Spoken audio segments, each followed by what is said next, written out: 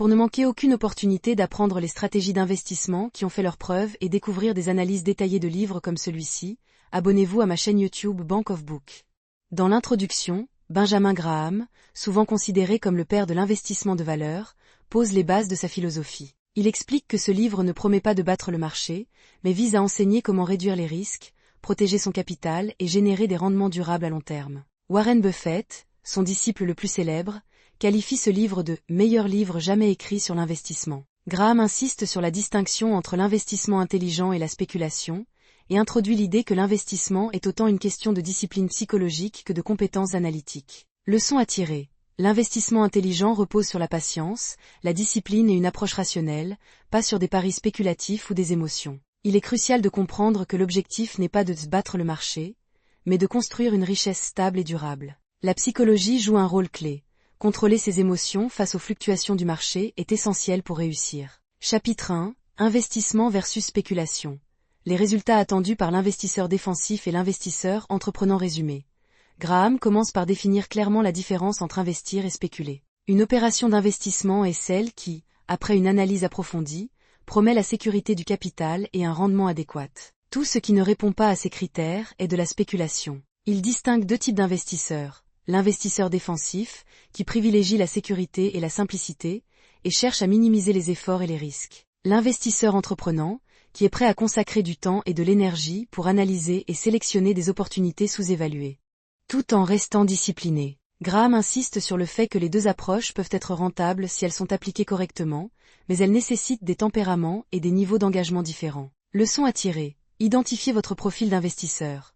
Êtes-vous prêt à consacrer du temps et des efforts, entreprenant, ou préférez-vous une approche simple et sécurisée, défensif? Évitez la spéculation déguisée en investissement. Une analyse approfondie est indispensable avant toute décision. La sécurité du capital est prioritaire, quel que soit votre style d'investissement. Chapitre 2. L'investisseur et l'inflation résumée. Ce chapitre explore l'impact de l'inflation sur les investissements. Graham explique que l'inflation érode le pouvoir d'achat et constitue un risque majeur pour les investisseurs, en particulier ceux qui se concentrent uniquement sur des placements à revenus fixes comme les obligations. Il souligne que les actions, bien qu'imparfaites, offrent une meilleure protection contre l'inflation à long terme, car les entreprises peuvent augmenter leurs prix et leurs bénéfices. Cependant, il met en garde contre l'idée que les actions sont une solution miracle, car leur valeur peut être affectée par des bulles spéculatives ou des récessions. Leçon à tirer. Diversifiez votre portefeuille pour vous protéger contre l'inflation, incluez des actions, mais avec une analyse rigoureuse. Ne sous-estimez pas le risque des obligations dans un contexte inflationniste, car leur rendement fixe perd de la valeur réelle avec le temps. Restez réaliste. Les actions ne garantissent pas une protection automatique contre l'inflation si elles sont surévaluées. Chapitre 3. Un siècle de politique boursière. La performance du marché jusqu'en 1972. Graham analyse l'historique des performances boursières sur une période de 100 ans, en examinant les cycles de hausse et de baisse. Il montre que le marché boursier est sujet à des fluctuations importantes, mais qu'à long terme, il a tendance à croître. Cependant, il met en garde contre l'idée que cette croissance est linéaire ou prévisible à court terme. Il souligne également l'importance de comprendre les tendances historiques pour éviter les erreurs courantes, comme acheter au sommet d'une bulle ou vendre au creux d'une crise. Leçon à tirer. Adopter une perspective à long terme. Les fluctuations à court terme sont inévitables, mais le marché tend à croître sur des décennies. Apprenez des cycles historiques pour éviter les comportements impulsifs, comme suivre les engouements ou paniquer lors des cracks. Ne vous fiez pas aux prédictions à court terme. Personne ne peut anticiper avec précision les mouvements du marché. Chapitre 4. La politique de portefeuille pour l'investisseur défensif, l'approche négative résumée. Ce chapitre détaille la stratégie de portefeuille de l'investisseur défensif, qui cherche avant tout à minimiser les risques. Graham recommande une allocation d'actifs diversifiés, typiquement 50% en actions et 50% en obligations, avec des ajustements possibles selon les conditions du marché, par exemple, augmenter la part des obligations si les actions sont surévaluées. Il insiste sur l'importance de choisir des entreprises de grande qualité, bien établies, et d'éviter les placements risqués comme les introductions en bourse, IPO, ou les entreprises à faible capitalisation sans historique solide. Leçon à tirer. La diversification est essentielle pour réduire les risques.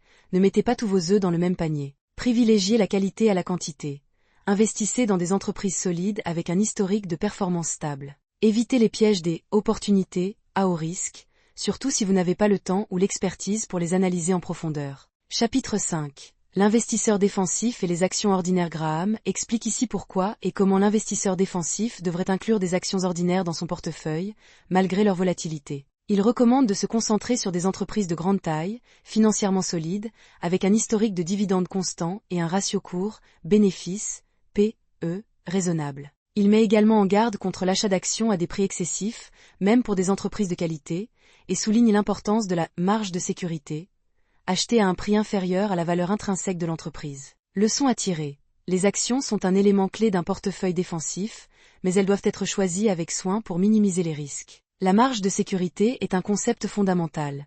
N'achetez une action que si son prix est nettement inférieur à sa valeur intrinsèque. Méfiez-vous des entreprises surévaluées, même si elles sont populaires ou en forte croissance. Chapitre 6. La politique de portefeuille pour l'investisseur entreprenant, l'approche négative résumée. Ce chapitre s'adresse à l'investisseur entreprenant, qui est prêt à consacrer du temps et des efforts pour battre le marché. Graham met en garde contre certaines pratiques risquées, comme l'achat d'actions à haut rendement préférentiel, souvent surévaluées, ou l'investissement dans des introductions en bourse, IPO, qui sont souvent vendues à des prix excessifs pendant les marchés haussiers. Il insiste sur l'importance de la discipline et de l'analyse rigoureuse pour éviter les pièges spéculatifs. Leçon à tirer. Être un investisseur entreprenant ne signifie pas prendre des risques inutiles. La discipline est essentielle. Évitez les IPO, surtout dans les marchés haussiers, car elles sont souvent surévaluées et motivées par des commissions élevées pour les vendeurs. Concentrez-vous sur des opportunités sous-évaluées, pas sur des tendances ou des modes PA. Modus Passageres. Chapitre 7. La politique de portefeuille pour l'investisseur entreprenant, l'approche positive résumée. Graham détaille ici les stratégies actives que l'investisseur entreprenant peut adopter pour surperformer le marché. Il recommande de diversifier son portefeuille en investissant dans 10 à 30 titres différents, tout en réévaluant régulièrement ses positions pour s'assurer qu'elles restent alignées sur ses objectifs. Il encourage également à rechercher des situations spéciales, comme les entreprises sous-évaluées en raison de difficultés temporaires, mais avec un potentiel de redressement. Graham insiste sur l'importance de l'analyse fondamentale pour identifier ces opportunités. Leçon à tirer.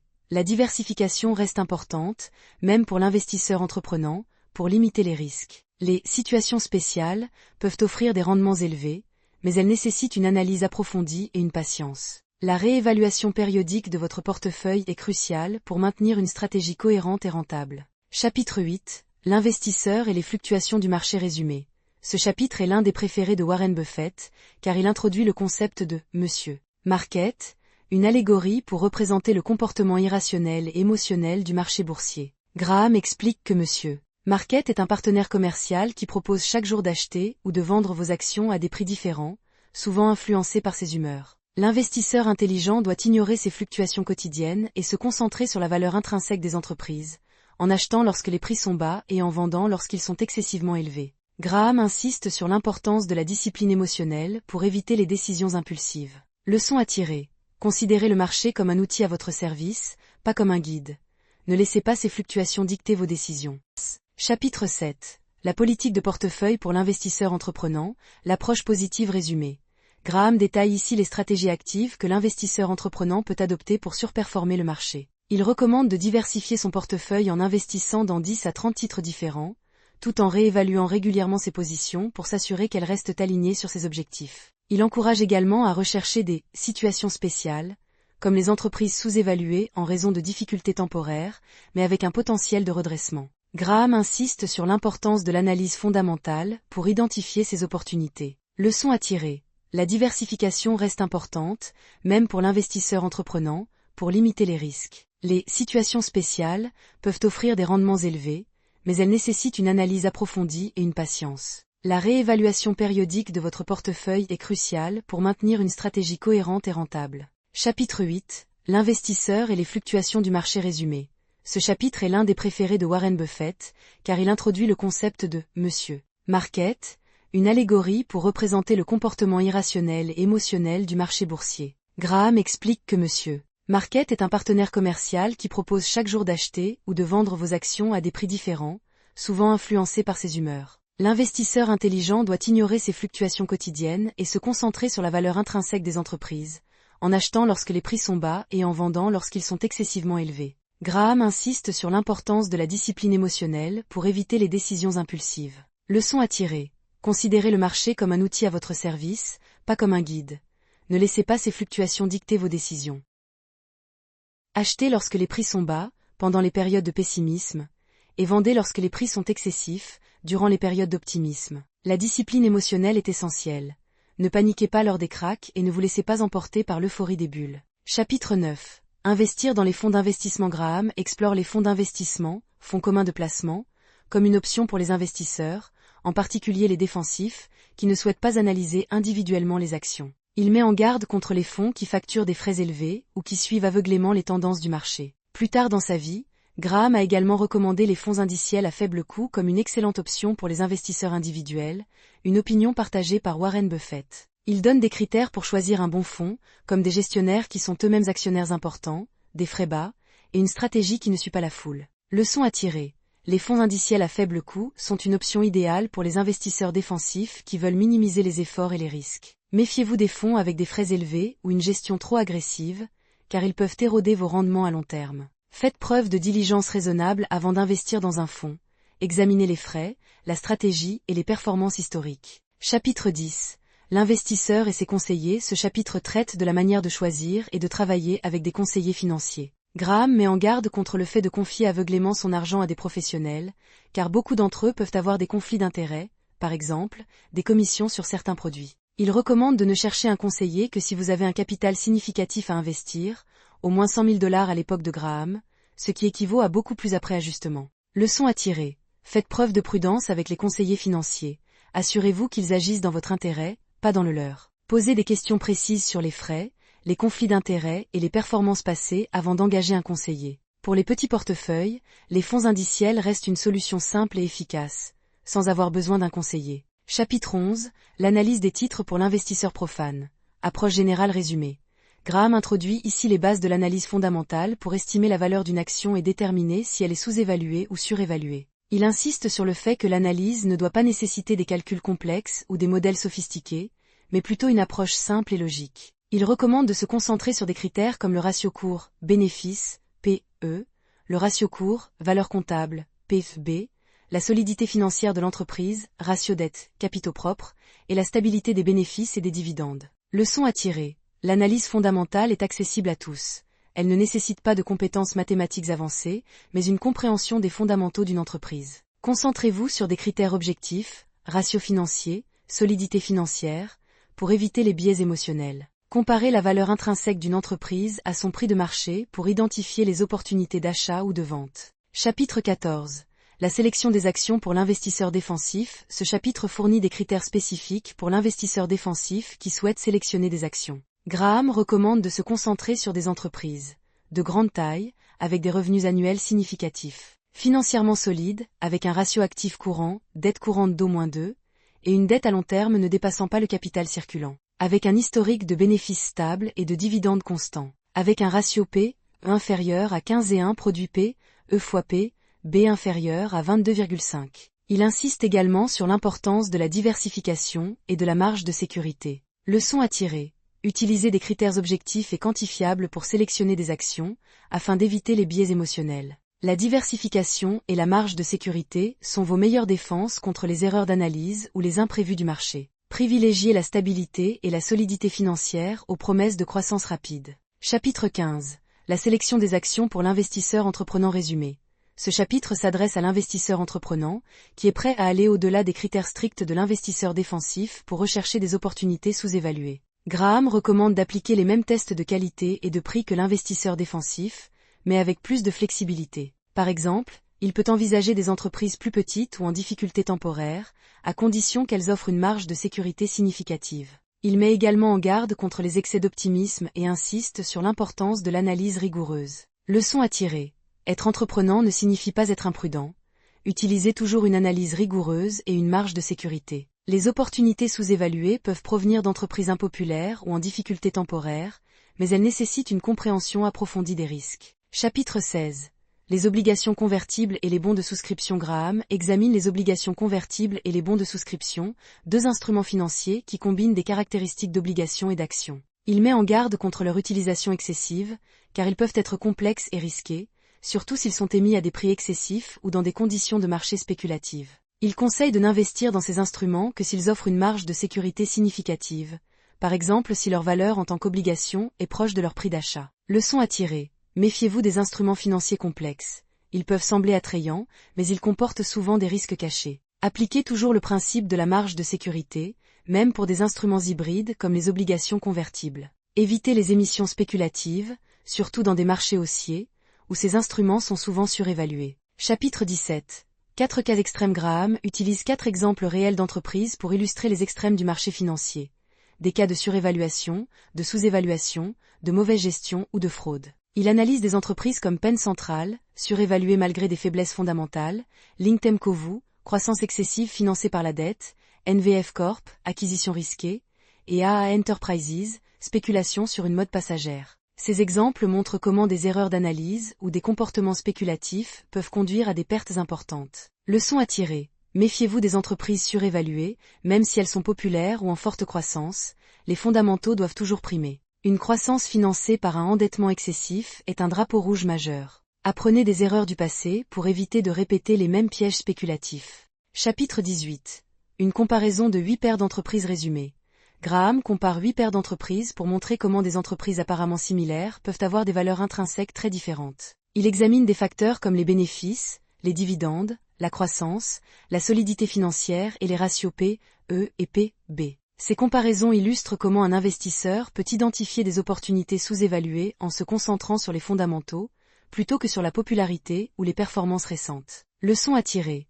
Une analyse comparative approfondie est essentielle pour identifier les entreprises sous-évaluées par rapport à leurs pairs. Ne vous laissez pas tromper par des performances récentes ou une popularité. Concentrez-vous sur les fondamentaux à long terme. Une entreprise impopulaire, mais solide peut être une meilleure opportunité qu'une entreprise populaire, mais surévaluée. Chapitre 19. Les actionnaires et la gestion. La politique de dividendes. Ce chapitre explore les relations entre les actionnaires et la gestion, en particulier en ce qui concerne la politique de dividendes. Graham discute du dilemme classique. Les bénéfices devraient-ils être réinvestis dans l'entreprise pour financer la croissance, ou distribués aux actionnaires sous forme de dividendes? Il recommande aux actionnaires de surveiller activement la gestion pour s'assurer que les décisions sont prises dans leur intérêt, et met en garde contre les entreprises qui réduisent les dividendes sans justification valable. Leçon à tirer. Soyez un actionnaire actif. Surveillez la gestion et posez des questions sur les décisions stratégiques, comme la politique de dividendes. Une politique de dividendes stable et raisonnable est un signe de bonne gestion, tandis que des coupes injustifiées peuvent être un drapeau rouge. Évaluez si la réinvestition des bénéfices est vraiment bénéfique pour la croissance à long terme. Chapitre 20. La marge de sécurité comme concept central de l'investissement résumé. Ce chapitre est l'un des plus importants du livre et l'autre préféré de Warren Buffett. Graham y explique que la marge de sécurité est le concept central de l'investissement intelligent. Cela signifie acheter une action à un prix tellement inférieur à sa valeur intrinsèque qu'il y a une marge pour absorber les erreurs d'analyse ou les imprévus du marché. Il illustre ce principe avec des exemples concrets et insiste sur le fait que la marge de sécurité est la meilleure défense contre les pertes permanentes. Leçon à tirer. La marge de sécurité est votre filet de sécurité. Elle protège votre capital même si votre analyse est imparfaite. Ne payez jamais un prix proche ou supérieur à la valeur intrinsèque, car cela élimine votre marge de sécurité et augmente le risque de perte. Ce principe s'applique à tous les types d'investissements, pas seulement aux actions. Dans la conclusion, Graham récapitule les principes clés de l'investissement intelligent. Discipline, patience, analyse fondamentale, diversification, marge de sécurité, et une perspective à long terme. Il rappelle que l'investissement n'est pas une question de chance ou de génie, mais de méthode et de caractère. Il encourage les investisseurs à apprendre de leurs erreurs et à rester fidèles à leurs principes, même dans les périodes de volatilité. Leçon à tirer. L'investissement intelligent est un marathon, pas un sprint. Restez discipliné et patient, et les résultats viendront avec le temps. Les erreurs sont inévitables, mais elles peuvent être minimisées en suivant des principes solides et en apprenant de l'histoire. Votre succès dépend plus de votre comportement et de votre discipline que de votre intelligence ou de votre chance. Abonne-toi pour ne manquer aucune de nos vidéos.